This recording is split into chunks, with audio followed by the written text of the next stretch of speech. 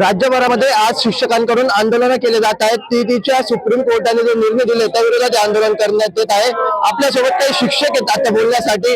नेमकं काय सांगाल, कशा संदर्भात आज आंदोलन करण्यात? केंद्र शासनाने राज्य शासनाला जो टीईटीचा कायदा अनिवार्य करा असे एक पत्र पाठवलेलं आहे, परंतु हे पत्र दिल्ली सुप्रीम कोर्टाने ते राज्य शासनाला ते पाठवलेलं आहे।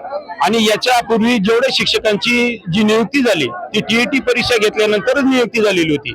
म्हणजे आज रोजी ही टीईटी परीक्षा अनिवार्य करणे म्हणजे जे आपण सिलेक्शन केलेले आहे त्याच्यावर संशय घेणे किंवा ते लोक गुणवत्तेसाठी पात्र नाहीत असा त्याचा अर्थ होत आहे। आणि त्याच्या विरोधामध्ये आज पूर्ण राज्यभरामध्ये पूर्ण जिल्ह्यांमध्ये सर्व शिक्षक संघटना, मग त्याच्यामध्ये माध्यमिक असतील, नगरपालिका असतील, खासगी शैक्षणिक संस्था असतील, जिल्हा परिषद संस्था असतील, या सगळे लोक या ठिकाणी टीईटीच्या विरोधामध्ये उतरलेले आहे। आज जन आक्रोश मोर्चा आज कलेक्टर साहेबांच्या ऑफिसमध्ये जाणार आहे।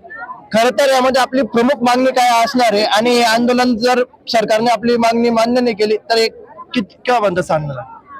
राज्य शासनाने राज्य शिक्षक समन्वय समितीच्या सर्व संघटना एकत्र होऊन त्यांनी या स्थानिक पातळीवर सर्व जिल्ह्यांना हे आदेश दिलेले आहेत, परंतु आज रोजी देखील हा मोर्चा काढल्यानंतर देखील शासनाला याची जाग आली नाही किंवा मंत्री महोदय साहेबांनी सुप्रीम कोर्टाला जर एखादी अपील दाखल नाही केली तर याच्या पुढे देखील जोपर्यंत टीईटी रद्द होत नाही तोपर्यंत हा मोर्चा सतत चालू राहणार आहे।